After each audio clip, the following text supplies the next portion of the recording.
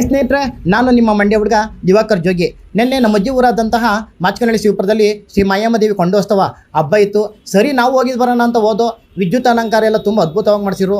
ಕೊಂಡಕ್ಕೆ ಸೌದೆ ಜೋಣಿಸ್ತಿರು. ಸೌದೆ ಜೋಣಿಸೋದೆಲ್ಲ ನೋಡ್ಕೊಂಡು ನಮ್ಮ ಚಿಗ್ರಿ ದೋಸ್ತಗಳು, ಚಡ್ಡಿ ದೋಸ್ತಗಳು, ನಮ್ಮ ಅವಧಿರೆಲ್ಲರೂ ಮಾತಾಡ್ಸ್ಕೊಂಡು ಇರೋ ಯಾಕಪ್ಪ ಹೊಟ್ಟೆ ಅಂತ ಊಟ ಮಾಡೋಣ ಅಂತ ಊಟದ ಮನೆ ಕಡೆ ಹೋದೋ.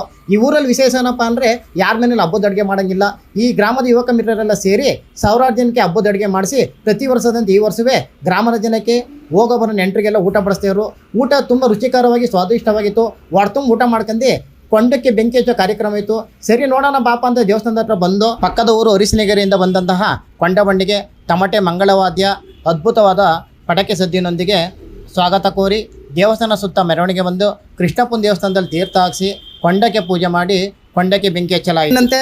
ಬೆಳಗಿನ ಜಾವ 4:15ಕ್ಕೆ ಶ್ರೀ ಮಾಯಮ್ಮ ದೇವಿ ಕೊಲ್ಲಾಪುರದಮ್ಮ ದೇವಿ ಊರಿನ ಬೀದಿಗಳಲ್ಲಿ ಮೆರವಣಿಗೆ ಹೋಗಿ ಆರತಿ ಹೊತ್ತ ಮಹಿಳೆಯರ ಜೊತೆ ದೇವಸ್ಥಾನದ ಸುತ್ತ ಮೆರವಣಿಗೆ ಬಂದು ಕೊಂಡದ ಬಾಗಿಲಿಗೆ ಬಂದು ನಿಲ್ಲುವಷ್ಟರಲ್ಲಿ 5:30 ಆಗಿತ್ತು. ಕೊಂಡದ ಬಾಗಿಲಿಗೆ ಪೂಜೆ ಸಲ್ಲಿಸಿದ ನಂತರ ಶ್ರೀ ಮಾಯಮ್ಮ ದೇವಿ ಕೊಲ್ಲಾಪುರದಮ್ಮ ದೇವಿ ಕೊಂಡ ಪ್ರವೇಶಿಸಿದರು.